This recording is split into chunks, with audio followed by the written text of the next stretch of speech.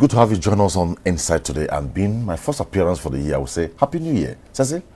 Yeah, I'll say Happy New Year too. My first appearance for the year 2019. Okay, well, elections are by the corner and the campaign councils have been launched. The campaigns are on, house to house, door to door, crowdfunding, name it.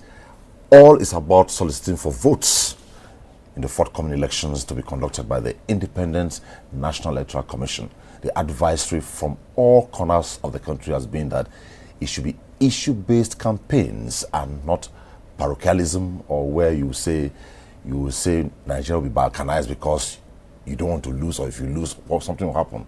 But all towards sustaining the democratic principles that Nigeria has been on through since May 29, 1999. Well, the focus on Insight today will be on a broad spectrum of issues. How far has the government fared in terms of its focal area of anti-corruption, the economy, and the onslaught on security issues around the country? So we'll be looking at that and a lot of other developments tied to the elections, tied to fake news. How can issue-based campaigns be sustained to ensure that the elections hold, a new government inaugurated, and the Nigerian project sustains? And on media review segment, Cecil? Yeah, we shall take a look at the use of social media, online media, generally the new media, even as the 2019 election comes around the corner. Politicians, of course, we know have been utilizing this medium of communication. Their supporters also. What are the many ways the media is being used? What are the abuses? How can fake news be controlled? These and many others we'll be talking about on the media review segment. Yeah, though the presidency has ordered the vacation of the military from the premises of the trust, and also it has said that this matter will be resolved from the perspective of dialogue. And you saw the way the social media was all agog. The first time, before it even broke on the news, before I saw it on national TV, I had seen it on different WhatsApp platforms, it was on Facebook and everywhere. Yeah. So these are the social media, we agree, is very easy way of spreading information, but it has its own disadvantage. Okay. We must say on Insight that the military reacted swiftly to explain to Nigerians why they took the step they did, that it was in breach of national security, affecting their onslaught on Boko Haram. Well, I believe the media review segment will handle that. On the whole, dialogue will resolve the matter and the Nigerian project will move on, right? Right. That's about that on the package today on Insight. As we say, stand by for the discussion segment. Stay with us.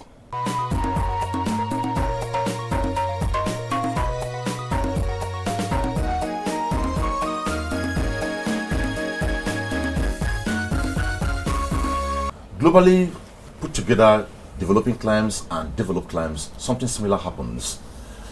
The year before elections is always very thorny. So it's not peculiar about Nigeria alone. But in Nigeria, I've said it here that there's a lot of similarity between the year 2014 and 2015 and the year 2018 and 2019. Everything done by government for the good of Nigerians is interpreted otherwise. Whatever you say within this period, you're either speaking for the government or for opposition. We are in it again, but today on Inside we shall be looking at the year 2018 into 2019, and after the inauguration of a new government, where are we heading to in terms of new ideas, consolidating on the past policies? Well, the focus will be tied by two ladies. I must say today on set I'm blessed by two ladies. I have a political and social analyst, Iretidola. Thanks for joining me on Insight. Thank you very much. It's my pleasure. Susan Henshaw, attorney and non-profit professional. Thanks for joining me. Thank you so much. Thank you. I just hope within the time allowed for this segment, we'll address all the issues because there are many. It's an avalanche. Let me take off from this point. 2019 polls, like I said, we are in election year already. 2018, a lot of tensions built up. Now you have a lot of publications, some inflammatory, some sensational, some very reasonable. Let me give a brief now. A few minutes ago, I read somewhere in the National Daily, they said 2019 polls campaigns, beautiful posters, empty promises, iron in Nigeria's democracy. 2019 polls campaigns, still waiting for the real issues. And a friend of mine, Steve Musu's column on the Express lane on the Nigerian Express says These are not the best of times to give your opinion on any national issue. Elections are around the corner and the authorities are on edge. The opposition is also looking for who to blame for its inability to couple together any meaningful resistance. Virtually everything we say or write these days is viewed and misinterpreted from the prism of partisanship. Either you are for the government or against it. Well, let me take off from my immediate constituency. There was a debacle, though it has been resolved, but we need just to lend our voice to it. The invasion of the Daily Trust office, and already the military has explained the reason for this action, and the presidency immediately acted and ordered the withdrawal of security agencies from that office, and that to be handled from a dialogue perspective. Right. When you hit the media, they forget wherever you come, they want to fight back. So what do you think should be the reaction of the top Nigerians, the media generally, on these developments? Well, this is the thing. You know, when I first saw that, you know, the publication in the media that the military had gone and barraged the Daily Trust, the first thing that came to my mind was, nobody does that, especially not a military. I mean, they're not like juntas from the jungle somewhere. Something happened. Now, as the story unfolded, you know, I think the military has done a press release where it says that, you know, it really had to do something. Now, as an aside, this has been going on for quite a while. You know, I don't think we had this much problem, actually, when you compare, in 2014, you know, the countdown to the election in 2015, I don't think we had, you know, the problem where we had literally in opposition with the military for some reason, you know, and I mean, that in itself is a terrible, terrible danger. You know, and now when you have the press, you know, in that equation, that takes it to a whole different level, you know, because literally whatever we get from the press, we think is true, at least on the face of it, you know. So when this happened, I knew something had gone down. And first thing that anybody really, you know, regardless of where you fall, you know, on the partisan spectrum, the first thing we have to think about is safety. You know, was the military right in you know, barging into the office of the press office? I don't know. You know, it would depend, of course, on how seriously the breach had been, seriously a breach that had been committed. You know, had they indeed, as the military has claimed, released information which was, you know, shouldn't have been released, you know. On that note, I kind of ask myself, how did the press get information if it was so top secret, you know? And realistically speaking, they can, you know, probably, you know, leakages and so on. I mean, even in the US Army, you know, a lot of times, you know, things that shouldn't go to the press or ordinarily would leak out. Yeah. But having said that, you know, the ultimate responsibility, ethically and professionally, lies with the press. Believe it or not, I'm sure that in saner climes, you know, that phrase has become a cliche, but I'll use it nonetheless. The press really, honestly understands how to play the game. What to push out, especially when national security is involved, you know, and what to withhold. I'm not sure we're there yet. That's the truth. Okay. You know, I'm not sure we're there yet. There's certain things that, you know, for the sake of the morale of our own military, you know, I'm not saying the press, because they too have an obligation to the public, sure, you know, to put out facts, you know, but there are certain things that probably shouldn't go out, should be actually redacted if need be.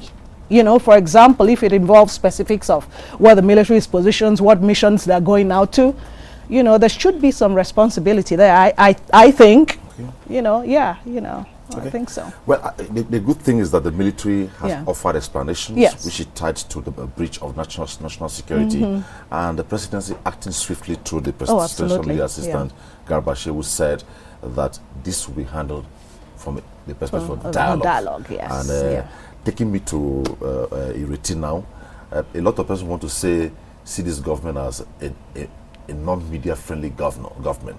But given the way the presidency has acted, what's your comment? I think the best statement, the best, comment I've heard so far on the matter also is that which you read from your friend. There is nothing anyone does at this particular time that is not going to be given some meaning, political meaning. Even whatever the army does too is going to be, look, even if it's coming from them, this is what they will usually do. They're going to say it's coming from the president, it's coming from, they're going to read meanings to it. But to be sincere, I think there should be a forum for the military and our other security outfits to sit with the press and educate them periodically on the things, on boundaries, things they can say and things they should not say. Like when it endangers their lives, when certain things you do endanger lives, this has gone beyond reporting. It's not safe for Nigerians. The same Nigerians you're trying to report to have their children as have their siblings as soldiers, have their husbands as soldiers. So in trying to give the public what you think they deserve, you're actually also harming their family somewhere there. And even if we're not related, our army, we must do what is in their interest. So I think when the elections are over, will be a good time to start doing this kind of things. This is not the period. Anything you do at this time, they'll say, oh, they've said, if they gather them now, they say it's going to be like, oh, the army has been giving money to share to the media so that they can shut their mouths, So after election, I will expect that this should be done, so that they can understand one another better, and from there, I believe better. By now, the dialogue would have taken off somewhere, and it has stabilized the tensions from the two parties. Yes. Okay, let's move on now. 2018 into 2019, a lot of programs were initiated. Government practically reflated the economy from recession. A lot of development programs were launched, and every now and then, each time the government moves right, opposition will say it is because of blah blah blah. So can we do a comparative analysis starting from you, 2018 into 2019?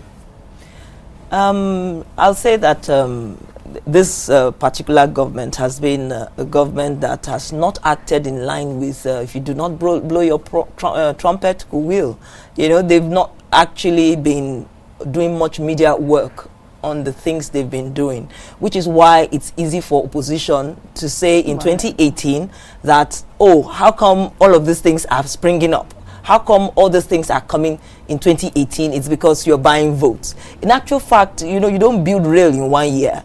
You don't all these roads you don't start and finish in 2018. Most of these things started 3 years ago, and many of many people, many supporters of this government have been saying this over and over. There was need for more publicity, media exposure for the things that government was doing. It's actually also good for citizenry to know that things are going on. It gives them peace. Even if they are not benefiting immediately, they are happy that their government is doing something. But I think in order to save money, there was not enough media exposure before 2018. So what we saw in 2018 was like a jamboree of opening of this, this, and everybody's hearing everything, and it's like, no, this can't be true. I'm sure somebody somewhere is trying to deceive us. So but in the long run, I think 2018 leading to 2019, I think it's a good year. It's a good one for Nigeria. There's some progress has been made in the sense that when it comes to money politics, even though it's still there, at least the CBN is a bit safer. Some things are, looking saner by the day, and we're seeing more of door-to-door campaign. Everybody's saying that looks like the cheapest thing to do. Let's go do door-to-door campaign, and gradually I believe that, 2019 is a good year, and from there we're marching on. Okay. Given how critical this period is, managing information flow and sustaining the information flow becomes a problem. Like one would say, fake news is fake news, or fake news emanates because someone wants it to happen. Somebody meets it, somebody facilitates it, and because it facilitates it, somebody enables it to happen. Now, how best can we manage it so everybody sees the reality? Because tied from what I just read here, 2019 polls campaigns, beautiful posters, empty promises. Irony in Nigeria's democracy. 2019 poll campaigns, still waiting for the real issues. When can we say we have seen the real issues? Well, I think that, first of all, let me say this. It gives me joy to know that it's not any different, say in the United States or in the UK, for example. What's going on right now? The opposition, and it's the exact same thing. So in that regard, that's progress. We're not like miles away from what happens as far as the politics in the so-called Western world and all that. Where, should I say, toe to toe? It's the exact same thing. Sometimes things happen here. For example, I know not too long ago, we had this thing going on in the United States where the president was saying, oh yeah, it's a truthful hyperbole. And then we all know that if something is a hyperbole, it's a lie, But to be able to say truthful hyperbole, that's exactly what's happening in Nigeria, where people can literally see a bridge and say, the second Niger bridge, it's a lie, it's not being built. I mean, it's a different thing if you say that Susan is not a woman, because you can't really know from the face of it these days. But to say that the Niger bridge is not there, or that work is not going on. And here's the part that bothers me the most. I think that to some extent, our media, the journalism and so on, has dropped the ball. The ball has been dropped because usually people rely on the press as the last, frontier for truthfulness. But we are still that. Yes, you are. I mean, it'll be unfair to say not so. Yeah. But I think that we're still where our press is developing to a stage where they understand that no matter how partisan you are, truth is sacrosanct. Everybody relies on you. But we're not there yet. That's the truth. The other fear was when the Independent National Electoral Commission informed Nigerians that if ASU does not call off the strike, or the strike by ASU would affect the elections, and a couple of moves have been made, and everybody's excited that ASU and INEC has met, and they have assured Nigerians that no, despite the strikes, their ad hoc status will be fully handled. Absolutely. Even during the strike. Now, the other one too was the national minimum wage. There are also fears that Labour may lead workers to strike, and that might also affect the elections. So, given this, I remember when the journalists engaged the Minister of Labour and Employment, he said, "We have covered good grounds." They insisted, covered what we mean by covering good grounds, and all it meant was that the bill will be transmitted to the National Assembly for eventual passage. So, what angle can you come from on this? Yeah, I will say that ASU and the labor group and all that, they are all also Nigerians, and they realize that if we do not have elections in February, we'll be in trouble. Yeah. If anything happens and we don't get elections right, and we don't know who by March, April, we don't know who exactly is our president or who's going to be our president in May 2029, it's going to be a big problem. So if they want a country, they'll have to at least agree to have, you understand, we all have to make concessions. This is something we don't joke with, so that's my own view about that. They did the right thing, and I expect them to do the right thing. You're still fighting for what you want, but at the same time you're fighting also to keep Nigeria so that you can enjoy that which you want eventually when you get it.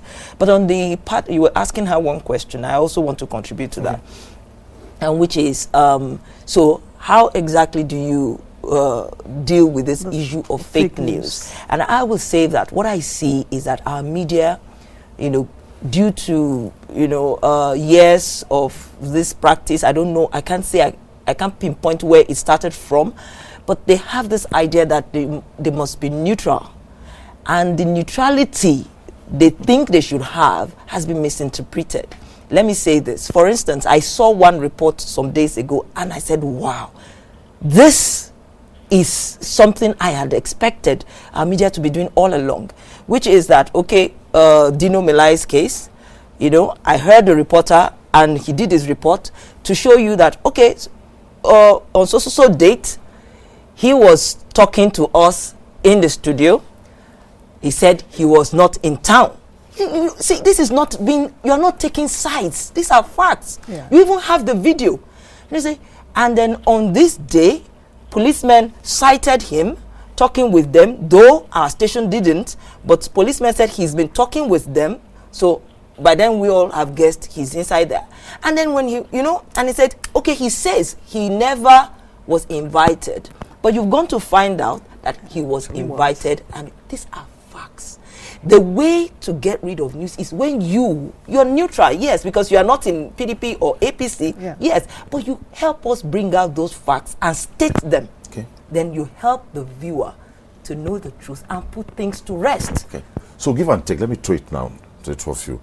Tensions can only be stabilized, and elections will hold, and Nigeria will have a new leadership. Right. Either another term for the president or a new government. Whatever is a new government, what role should all the parties be playing now?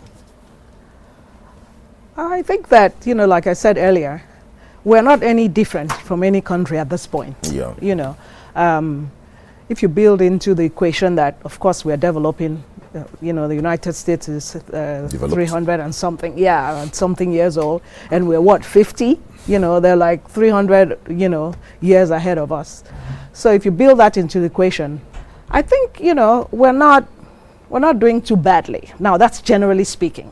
You know, there are things that are very peculiar to us, which, you know, as you know, we all refer to as the Nigerian factor, you know, and yeah, that's our own peculiarity. Every country has its own. And so as far as dousing political tensions, I think, once again, it comes to the press.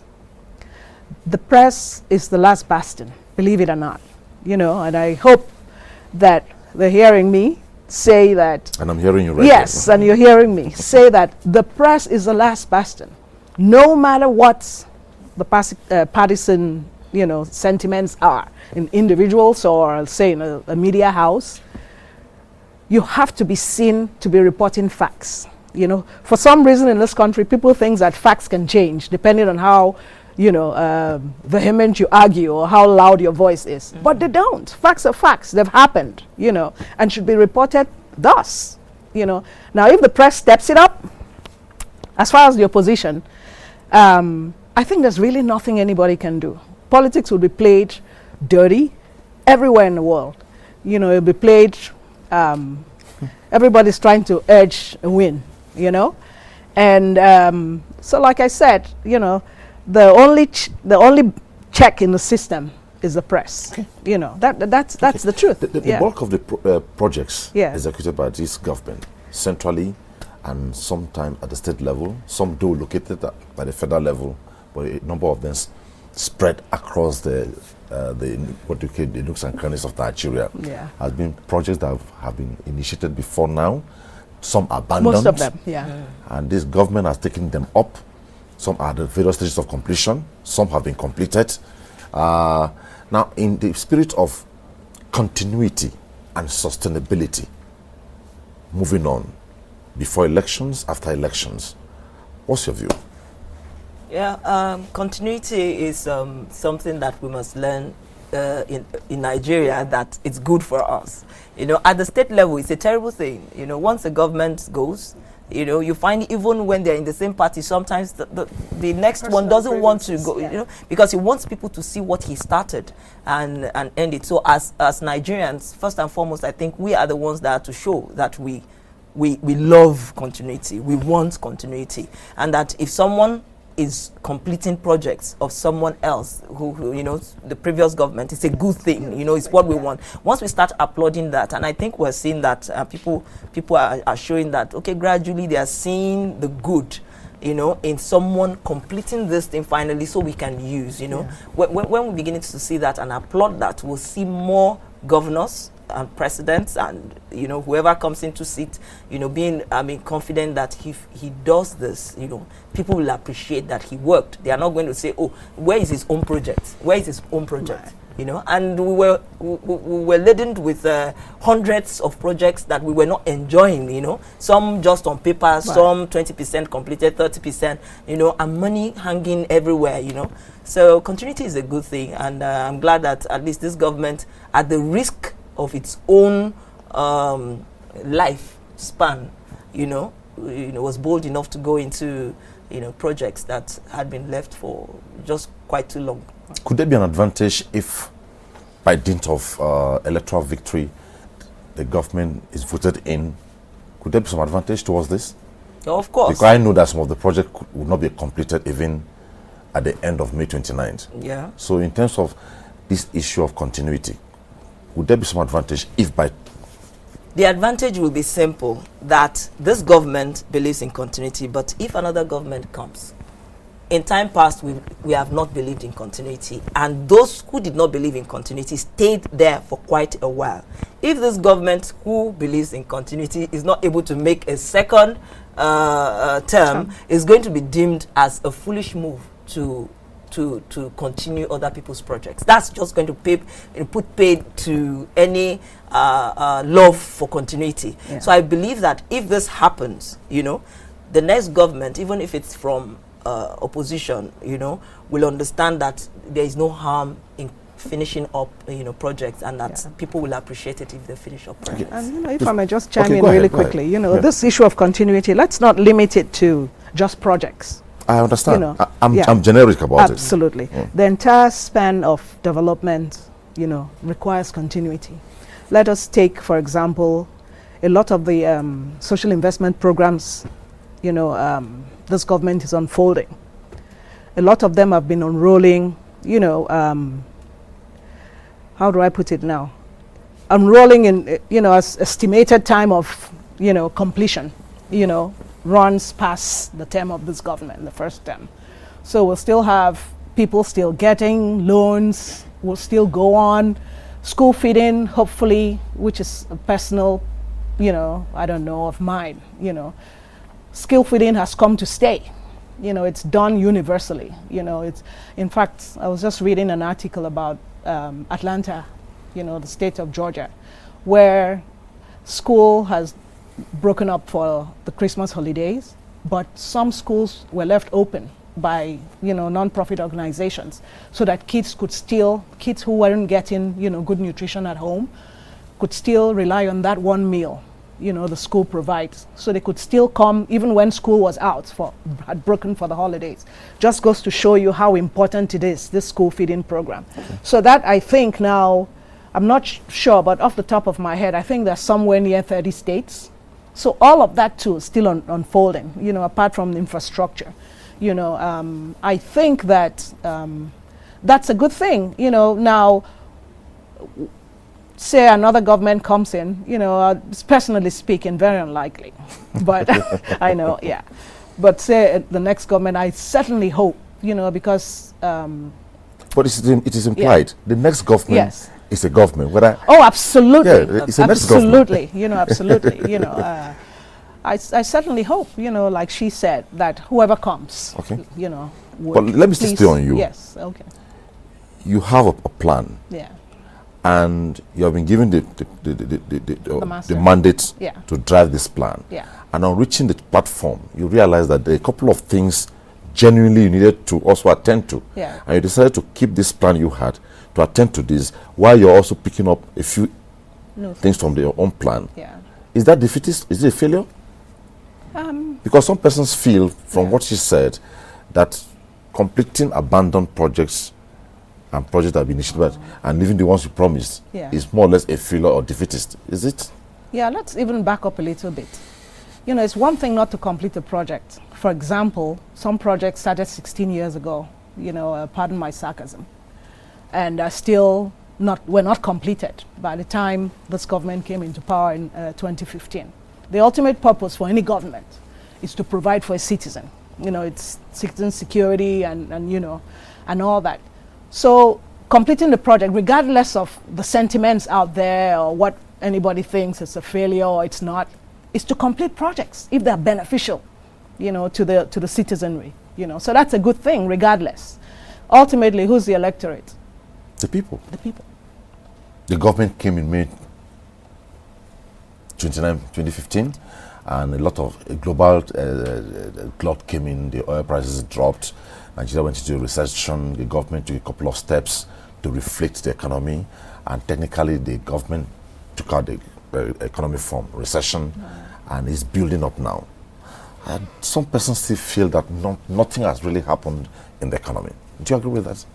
Oh, I definitely don't. But I understand where they're coming from. Yeah. I understand where they're coming from. I usually use this analogy. For the past 1 year, 2018 was a year when I decided, my husband and I decided we're going to take up farming. Yeah. So we purchased some hectares of land and all that. So we had to put in money and script everything. And so when you see me spend less than I should spend compared to what I get, you're like, I'm starving. You're like, you're suffering. So it's a difficult year, so to say. Because of the fact that I have sowed. Yeah. Does that mean I am worse off? Definitely not. Each time I think of the fact that last year alone, we were able to get 10 hectares. It may be small, but when 10 hectares, well, I'm proud. I'm like, oh, I'm going to be a cocoa farmer. That's what I'm aiming at. I have my plantain growing, all those things. It makes my spending limited. But I must look at the long-term benefit of what I have done. That's what I believe is happening here. For most Nigerians, because or many Nigerians, because it's many are not above poverty yet. Yeah. What happens is you're thinking of what you can get today, tomorrow, and next week. If it's beyond that, it looks like, well, what do I care? What's going to happen next year? I don't want to die this year, But we must, pass through this stage where you make tough decisions, block to an extent your borders so that you also can grow things here. Right. If you do not grow things here, if you don't grow rice here, there will be no meals. So your children who are going to school will not have places they can work. It is these things we're producing now, or things that we're forcing ourselves to make now, that will give room to your children that have gone to school, because they don't want to be on the farm, yes, but the farm can produce things that will, bring factories, that will bring, So these are things that we must go through, and it must be for a while. If we decide to go back again, it's just like me going back to that farm and say, this silly farm cost me so much. Last year I wasn't able to spend, and I start kicking all the plantains away and say, who cares about cocoa this year? That's like me going back and doing that. So we must endure and say, if we're going this way, we must see it through, or we'll just suffer for nothing. Yeah. Okay, let me chime in there. I had an argument sometime, just so I can chip in, with a learned fellow, an educated fellow. I don't want to mention names here now. And she told me, yes, a lot could be done, but each time she hears about the arguments on GDP, all that, you still find pockets of hungry people, poor people. It doesn't play out for her. That she expects that if you say the economy is good, she should find everybody healthy, happy, living almost on the same plane. So let me respond to that. Now, there's unrealistic expectation. Okay. And then honestly, all the one on the other side is foolery.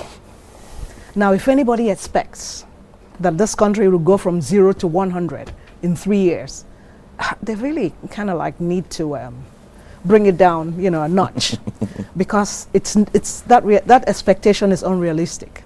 Okay. Now, I say this anytime I have an opportunity. When you set things down right, they run right. Before now, sadly, it hasn't been so. It's kind of been like, bring in anything you want. There was no provisions made to grow, to feed ourselves. And food security, we all know how important that is, Proud to say, I think I heard the Minister of Agriculture, Arugwe, say that we are now we stopped at least 90% of importation has Yeah. of rice, Rice. you know. And I try to do this anytime I'm in Nigeria. It's like when I go to the shops or go to the market, I kind of look and see. And it's a thing of pride to see. I know stores like ShopRite actually would say product of Nigeria, you know. Yesterday was mushrooms, you know. I saw product of Nigeria or made in Nigeria. It's a good thing. You know, there are people out there who think that they need to roll out of bed one morning and all these things should just be in place. Well, no, you know, it's not going to be like that. It's going to take a while. I think that, like I was saying, you know, this government actually has, I think it's diversification, and it has inclusive growth, and I think the other one is infrastructure, sustainable development, you know, of infrastructure. I think those are the three prongs that have moved on from 2018, you know, moving into 2019, which is a good thing, you know. Like I said, they're continuing in what they've already set up, and you know, they've done a good job. Let's give them credit for that, you know. Has it been without mistakes? Absolutely not. You know, but the intention is good and the effort is honestly excellent, if you ask me. Let me quickly touch on Yeah. security now, because at least I tried to go around the core target of this administration, which is corruption, security, and the economy. Yes, a lot will say they have not achieved much. A lot will say they have achieved much. Lend your voice to it. I think what Nwosu said there still comes to play. It's election time, and this is what we get. Because really, I'm surprised. The Boko Haram, when this administration came on board, Boko Haram was chased out of our borders. We all knew that, and we applauded. But then they were still going for soft targets and all that. That was what, and the president explained to us then that, look, this is what dying. This is they are dying out. That's why they are doing this. You know. Eventually this will stop, and it stopped. We even stopped hearing anything Boko Haram, you know. And politically it was more of a Fulani headsman that was hyped so much, you know. But 2018 and towards the end, and we see some dynamics, things changed, and Fulani headsman matter died, and here we are, Boko Haram every day. I'm like, look, where is this coming from, you know? So it's the season we're in, you know, and I'm sure by the time we crossed May, you know, we will hear less of the Boko Haram thing. Then we will now have to deal with the real problems we have, which are this militia, armed men in different states, you know, who are there. Hit on the anti-graft war. Was it well? Is it on course? It is on course. You know, it is on course. You know, I kind of like to give credit where credit is due. You know, and where credit is not, if I'm not going to speak up very loudly about it, at least I shut up. But where credit is due, let's give it. Let's even, ordinarily speaking, and let me say this because most people, you know, educated or not, understand that now Ghana must go, seems like died a natural death in our lexicon. This is the time where usually, you know, drivers are opening trunks, people are dumping money that don't belong to them in there and driving off, you know, into the sunset. So a lot has been done in that regard. Controlling the waste has been one. Controlling the theft, you know, and illegal use of our money has been the second one. In fact, we joke around ordinarily and we say, oh, CBN has been shut. And that the door's locked. No more leaks, no more illegal money going out of CBN. You know, and that's a great thing. Let's acknowledge that. You know, and people would say, oh, how about all these people in the government who have been, you know, fingered as corrupt people? Absolutely. How can there not be? Look at the country we live in. In the United States right now, almost the entire cabinet has, you know, are facing the same thing, corruption. That doesn't make it, you know, and that doesn't make it acceptable, or it doesn't mean that there's no fight, you know, against corruption. I love what you have said. Absolutely. Let me put a hold there. I must say that I started by saying that on this segment today, I'm blessed among ladies. And unlike when you have two gentlemen, they will almost feel like twin tantrums at each other. It has been a lovely one, Absolutely. and we touched on a couple of issues. Absolutely. Within the time the segment has allowed, I believe we have been able to tell Covered Nigerians a whole lot. what Yeah. it should be. Susan Henshaw, attorney and non-profit professional, thanks for being on this side. Absolutely. Thank you so much. And yeah. Iretidola or Jeko, I'll have to be familiar with this name, Yeah. political and social analyst. Thanks for being on this side. Thank You're you. welcome. Appreciate it. Well, the campaigns are on. Campaign councils have been inaugurated. Campaigns are on. The prayer by all Nigerians, the advisory from people like the two ladies here has been, let issues be the focus of our campaigns. That we are agitating for interest, soliciting for votes from the electorate does not mean we should balkanize Nigeria. Issue-based campaigns, and let's make it real. No fake news, don't run down people. Nigeria is our project. And on May 29th, there should be an inauguration of a government. So all parties put together should deliver on the elections. Mind you, elections are about the people.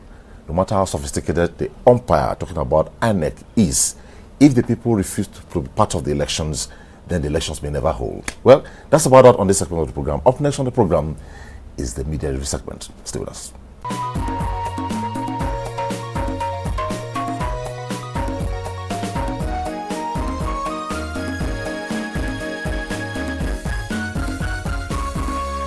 This is the media review segment of Insights.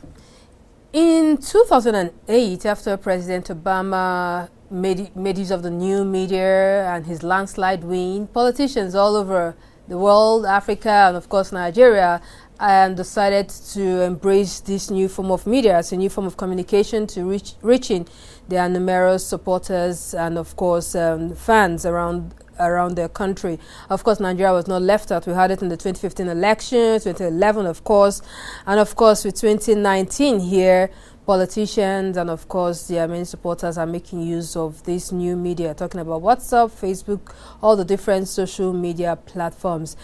It has its many advantages, yes, and it also has its ills. It's also a vulnerable tools in the hands of some people. Well, this is what we'll be talking about on the media review segment for today.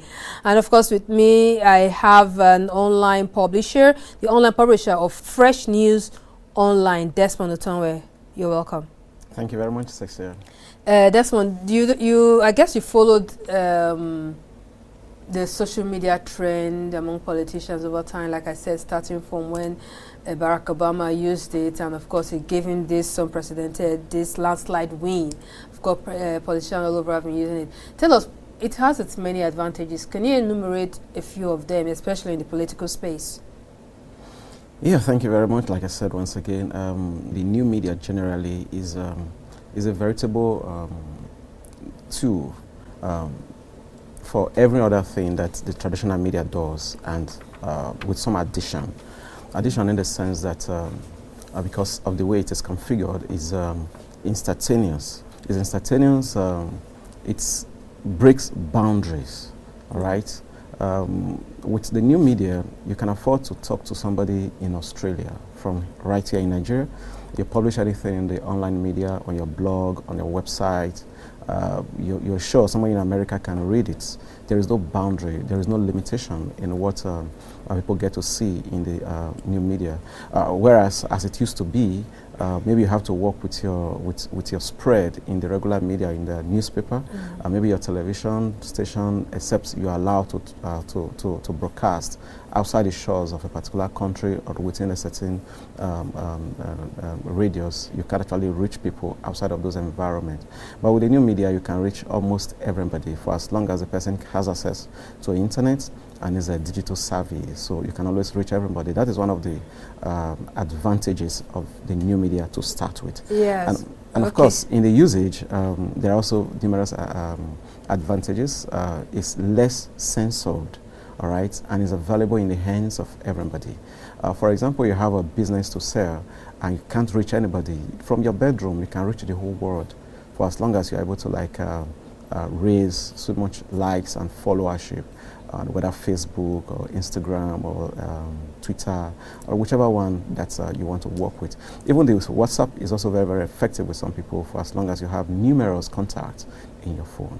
Okay, when the new media was springing up, becoming popular in the country, traditional media, I think were a little scared of, okay, are we going to lose relevance?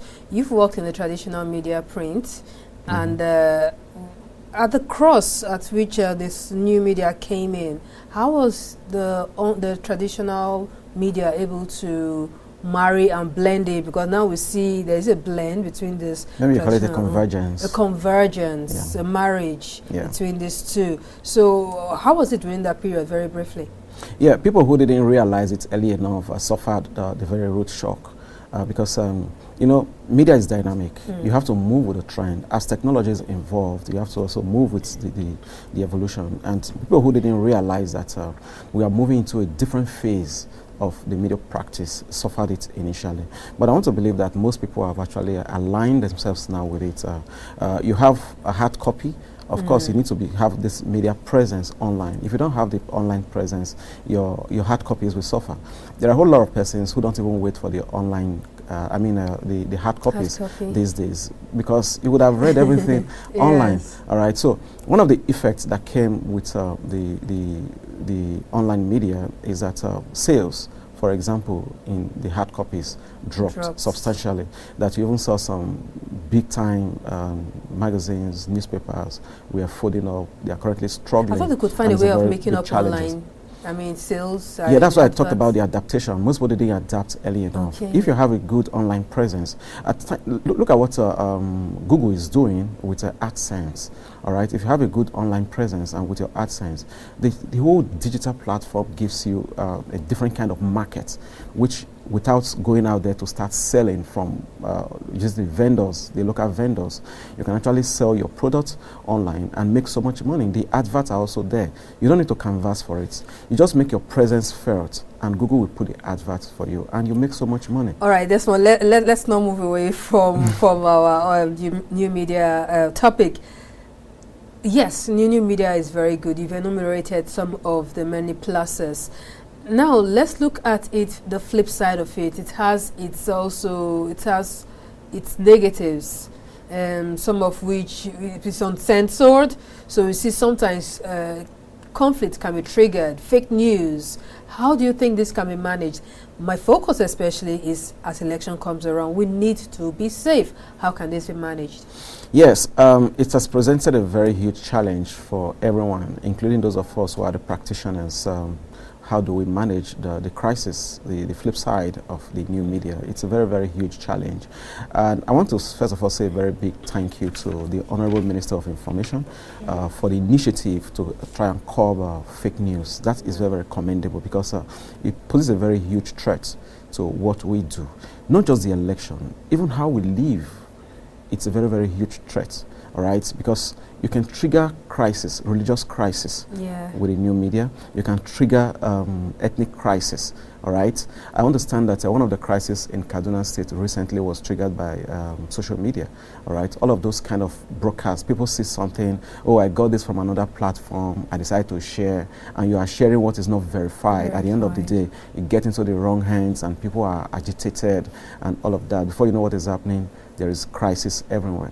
People doctor anything these days, manipulate with all of the apps that we have these days, yes, and you let these things out in the social media. At the end of the day, you realize that you are causing more crisis than you're actually trying to promote peace, coherence, and unity. So we must join the Honorable Minister. Everybody must do this. The NUJ, that's the National Union of Journalists, and every practitioner must join hands with in a campaign. They are advocacy against fake news, against distributing or disseminating whatever information that is not correct. So, okay, in summary, as a receiver of some of this news, I should verify. Are there some kind of, are they from what areas, or how can I get to verify this news before I spread it? First of all, it is human. If you get an information and you are not so sure of, what do? You don't just broadcast. Then they used to say telephone without wire. because you are carrying rumors. All right, this is also some kind of rumors that you are carrying because you don't have the authenticity. You don't know how verifiable that information you are disseminating is. You just thought that, okay, fine, it's my phone, I can just broadcast to my friend, let them just laugh, let them just do this and all of that. But at the end of the day, you realize that you've actually poured out more negative information. More harm than good. Harm than good, yeah. Yes, just quickly, we'll be running off very soon. The recent takeover of the Daily Trust office by the Nigerian Army. I first saw it online on my WhatsApp platform. Of course, well, somehow I later saw it on traditional media. I saw pictures and I knew it was true. Then later, the presidency asked that the military withdraw, and then the military sent a reply. Do you think the military, the government, have been able to communicate to the people through the platform to which this news was initially spread, very briefly? Yeah, I think they have. First of all, we all have to advocate for responsible journalism, all right? As much as we hate gunboats, we also must advocate for responsible journalism everywhere, because if we are responsible, we will do more good for our nation than harm, okay? Having said that, I also want to say that I think the presidency and even the military also responded in the same light, because when the events happened, in case of the takeover, I mean the attack on Daily Trust, most people broadcasted it. You went on Facebook, it was trending on Facebook. Most WhatsApp groups had it yesterday, and I mean when it happened, of course, when the presidency reacted, it was also on the Facebook, it was also on all other platforms. So we use the online media, the new media as it were, for both the positive thing, all right, and the negative. But we must promote the positive ones far above the negative. All right, just lastly, just by way of running up, politicians are using this new media, and of course the supporters and the public are also using this media. What is the proper way of the politicians using this? You've told us about how we can get to filter the news to know what is true and not. How can politicians use it so that we cannot promote fake news and hate speech? Very, very briefly. You've said it to us, Cecil. Politicians themselves must advise their supporters, all right, to desist from disseminating or spreading fake news and hate speech. They must be the one to talk to their people first of all, because if they do not give the buy-in, most of these people wouldn't do it. All right, you go on Facebook sometimes and you realize the kind of war that is going on there. All right, and most of those words, they are all fake and hate speeches. People are propagating information that are not true. At the end of the day, you are insulting the sensibility of other people. So we must talk to ourselves. The advocacy must keep rising, keep going up, all right? We keep talking about how we have to bring this to the lowest minimum. All right, thank you very much, Desmond Utonwe, publisher Fresh News Online, for your thoughts on the use of new media, especially as the election comes around the corner. And of course, to you, the user of these many online platforms, WhatsApp, Facebook, Twitter, Instagram, please, you have to be gatekeepers of the news you receive. You have to make sure they are true before forwarding it. And of course, they should be to the greater good of the Nigerian nation. And of course, you, the dear politicians, please try to help us to grow this country peacefully, even as you go on to electioneering campaign. All right, that has been the media review segment on Insight. In a bit, I'll be back on with Omini for the concluding part of Insight.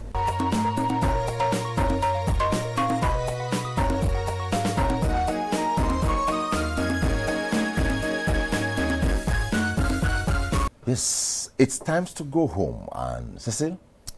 Yeah, I have learnt a lot, and your guests have been quite informative. They've spoken quite a bit, and of course, Desmond has also been able to throw light on how well we should use social media, especially as the election comes around. We don't need any violence anymore. We need a peaceful election. Okay, that has been that on Insight today. I believe you had it insightful. Always make time to be on the program. On behalf of all of us, bye-bye.